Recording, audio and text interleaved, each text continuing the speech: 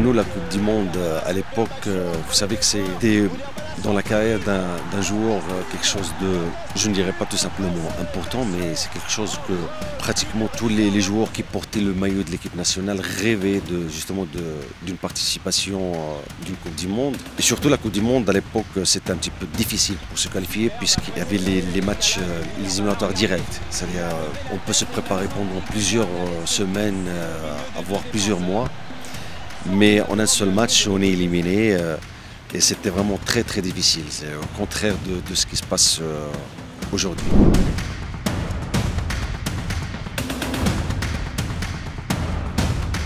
On vit avec ça, avec ces souvenirs, ça fait partie de notre vie footballistique, si j'ose dire.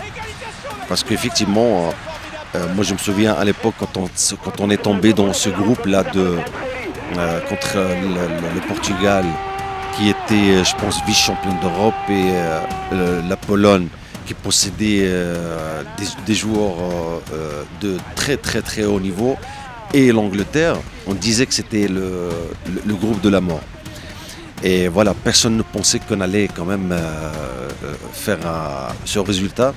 Mais finalement, c'est vrai qu'on a fait des matchs exceptionnels, malgré les conditions difficiles. On est finalement passé premier du groupe devant ces grandes nations de football. Et c'était la première fois une sélection arabe, africaine, qui passe le 8e de finale de la Coupe du Monde. C'était quelque chose d'exceptionnel.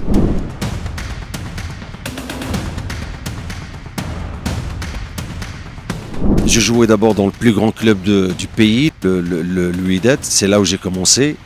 Et j'ai porté le maillot de l'équipe nationale vraiment très très très jeune, à l'âge de 17 ans. Mon rêve, c'était non seulement, c'est vrai, de participer à une Coupe du Monde, et mon rêve, c'était de gagner une Coupe d'Afrique, d'être élu meilleur joueur africain.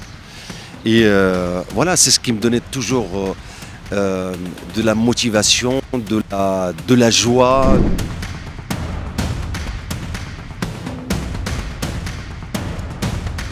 L'équipe nationale actuelle, vous savez qu'on est quand même demi-finaliste de la Coupe du Monde. Et c'est vrai que les gens, en ce moment, ils sont un petit peu, on est tous vraiment très exigeants envers cette équipe nationale et surtout envers le sélectionneur national, Walid Regragui.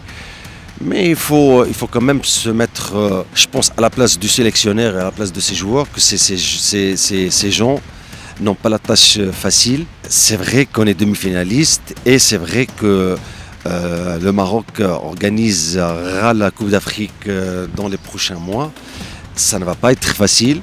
Il faut être vraiment derrière notre sélectionneur, il faut être derrière l'équipe nationale pour qu'on puisse justement gagner cette Coupe d'Afrique et on ait la possibilité et les joueurs vraiment pour réaliser ce rêve qui dure depuis 1976.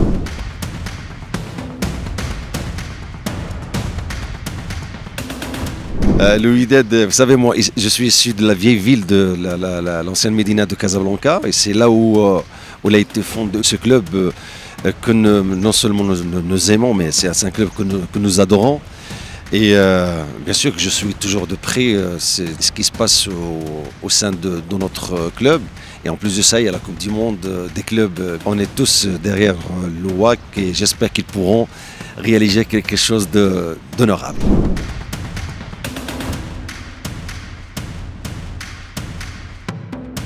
Vous savez, le football peut faire beaucoup de choses, hein, vraiment, aujourd'hui.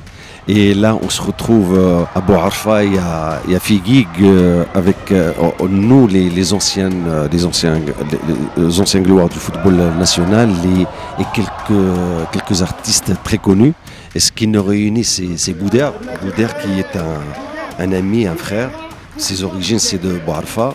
C'est-à-dire le berceau de sa famille, c'est Figuig. On est très très heureux d'être là parce que on est 98% des gens. Les gens présents ici, c'est la première fois qu'ils viennent visiter cette région. Et vraiment, on est très très très heureux d'être là avec Bouder pour qu'on puisse justement célébrer cet événement, ou plutôt célébrer le retour aux sources de Bouder auprès de ses proches, auprès de sa famille.